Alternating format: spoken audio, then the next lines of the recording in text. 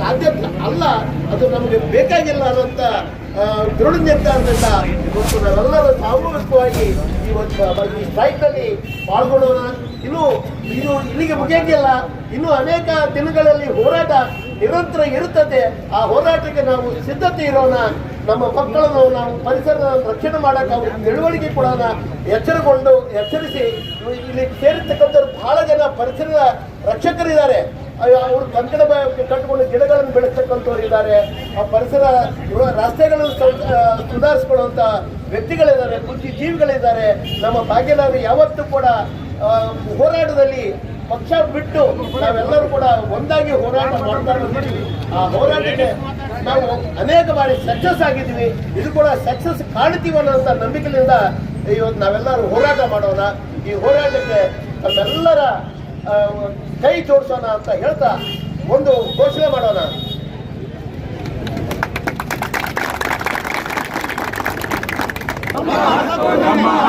ನಮ್ಮ ಗಾಳಿ ನಮ್ಮ ನೀರು, ಬುಲ್ಡೋಟ ಹಟಾವೋ, ಬುಲ್ಡೋಟ ಹಟಾವೋ. ನಮ್ಮ ಗಾಳಿ ನಮ್ಮ ನೀರು.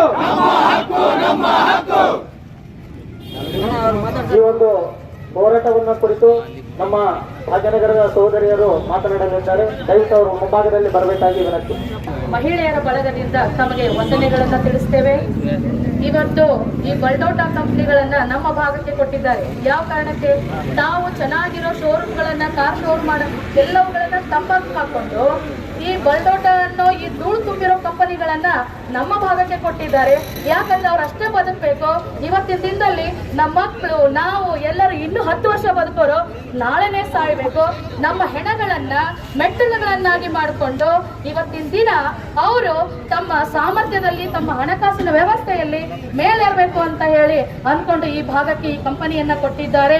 ಹೀಗಾಗಿ ಭಾಗ್ಯನಗರದ ಗ್ರಾಮಸ್ಥರಲ್ಲಿ ಮತ್ತು ಮಹಿಳೆಯರಲ್ಲಿ ಒಂದೇ ವಿನಂತಿ, ಇವತ್ತು ನಾವು ಬದುಕಿದೀವಿ ಅಂತಂದ್ರೆ ಹಿಂದಿನ ಒಳ್ಳೆಯ ವಾತಾವರಣ, ಶುದ್ಧವಾದ ಗಾಳಿ, ಊಟ, ನೀರು ಇದಿತ್ತು. ಇವಾಗ ಇರೋದೆಲ್ಲ ವಿಷ ಕಲುಷಿತ.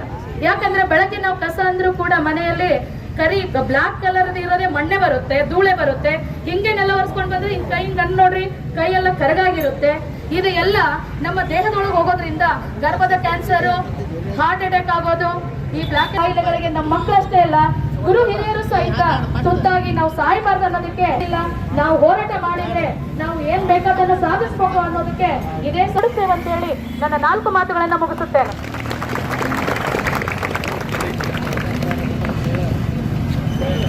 ಮಹಿಳೆಯರ ಪರವಾಗಿ ಮಾತನಾಡಿದಂತ ಶ್ರೀಮತಿ ಸೋದರಿಗೆ ತುಂಬ ಹೃದಯದ ಧನ್ಯವಾದಗಳು.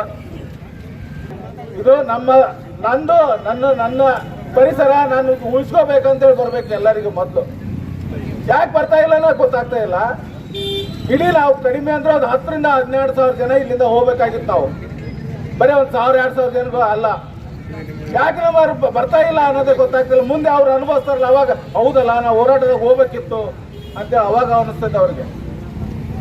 ಈಗ ನಮ್ಮ ಭಾಗ್ಯ ಹಾಗೇನೆ ಈ ಒಂದು ಹೋರಾಟದಲ್ಲಿ ಪಾಲ್ಗೊಂಡಂತ ಎಲ್ಲ ನನ್ನ ಭಾಗ್ಯನಗರದ ಅಣ್ಣ ತಮ್ಮಂದ್ರೆ, ಅಕ್ಕ ತಂಗಿಯರು, ಯಾವತ್ತೂ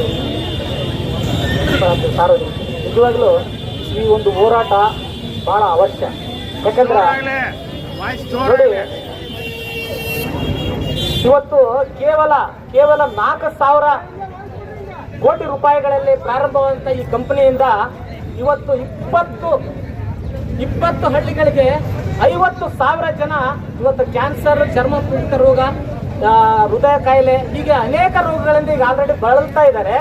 ದಯವಿಟ್ಟು ಮುಂದಿನ ದಿನಗಳಲ್ಲಿ ನಾವೇನಾದ್ರೂ ಇದನ್ನ 54,000 ಕೋಟಿ ರೂಪಾಯಿಗಳಲ್ಲಿ ಪ್ರಾರಂಭ ಆಗುವಂತ ನೀವು ಹಂಗೆ ಕಲ್ಪನೆ ಮಾಡ್ಕೊಳ್ರಿ. ಈಗ 4,000 ಕೋಟಿಯಲ್ಲಿಯೇ ಈ 4,000 ಕೋಟಿಯಲ್ಲಿ ಪ್ರಾರಂಭ ಆಗುವಂತ ಈ ಒಂದು ಬೃಹದಾಕಾರವಾದಂತ ಈ ಒಂದು ಕಾರ್ಖಾನೆಯಲ್ಲಿ ಇಷ್ಟೊಂದು ಧೂಳು ಮುಕ್ತವಾಗಿದೆ ಅಂದ್ರೆ 20 ಹಳ್ಳಿಗಳು ಈಗ ಆಲ್ರೆಡಿ ಈ ಒಂದು ರೋಗದಿಂದ ಬಳಲ್ತಾ ಇದ್ದಾರೆ. ಮುಂದಿನ ದಿನಗಳಲ್ಲಿ ಈ ಭಾಗ್ಯನಗರ ನೀವು ಒಂದು ಕತೆ ಕೇಳಿದಿರಲ್ಲ, ಈ ರಾಜ ಯುದ್ಧಕ್ಕೆ ಬರ್ತಾ ಇದಾರೆ ಪಕ್ಕದ ರಾಜ್ಯದ ರಾಜ ಅಂತಂದ್ರ ಎಲ್ಲಿದಾರಂತ ಅಗಸಿ ಬಾಗ್ಲಾಗ ಅದಾರ ಅಂತಂದಂತೆ.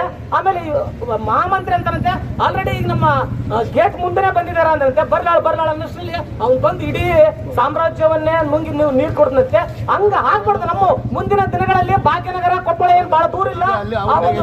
ಆ ಒಂದು ದೊಡ್ಡ ಒಂದು ಕಂಪನಿ 54,000 ಕಂಪನಿ ಕೋಟಿಯ ಕಂಪನಿ ಇಲ್ಲಿ ಪ್ರಾರಂಭವಾದ್ರೆ ನಮ್ಮ ಭಾಗ್ಯನಗರ ಮತ್ತು ಕೊಪ್ಪಳ ಇವತ್ತು ಎಲ್ಲರೂ ಮನೆ ಬಿಟ್ಟು ಬೇರೆ ಊರುಗಳಿಗೆ ಶುದ್ಧವಾದ ಗಾಳಿ ಶುದ್ಧವಾದ ನೀರು ಯಾವ ತಾಲೂಕಿನಲ್ಲಿದೆ ಅಂತ ಹುಡುಕಾಡ್ಕೊಂಡು ನಾಳೆ ಯಲಬುರ್ಗದಂತ ಊರುಗಳಲ್ಲಿ ಈಗ ಒಂದು ಉದಾಹರಣೆ ಹೇಳಕ್ಕೆ ನಾನು ಇಷ್ಟಪಡ್ತೀನಿ.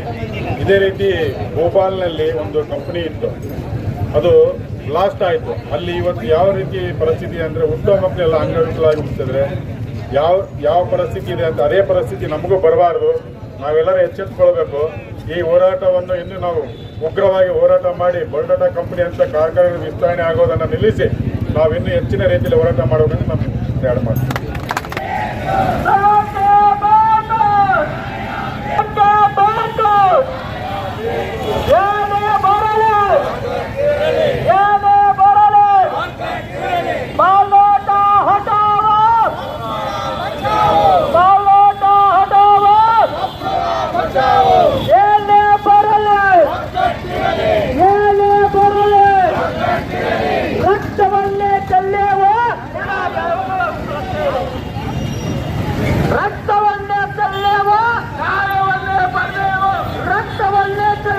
ನಿರಂತರ ಸುದ್ದಿ ಹಾಗೂ ಮಾಹಿತಿಗಾಗಿ ನಮ್ಮ ಚಾನೆಲ್ ಲೈಕ್ ಮಾಡಿ ಮತ್ತು ಸಬ್ಸ್ಕ್ರೈಬ್ ಮಾಡಿ.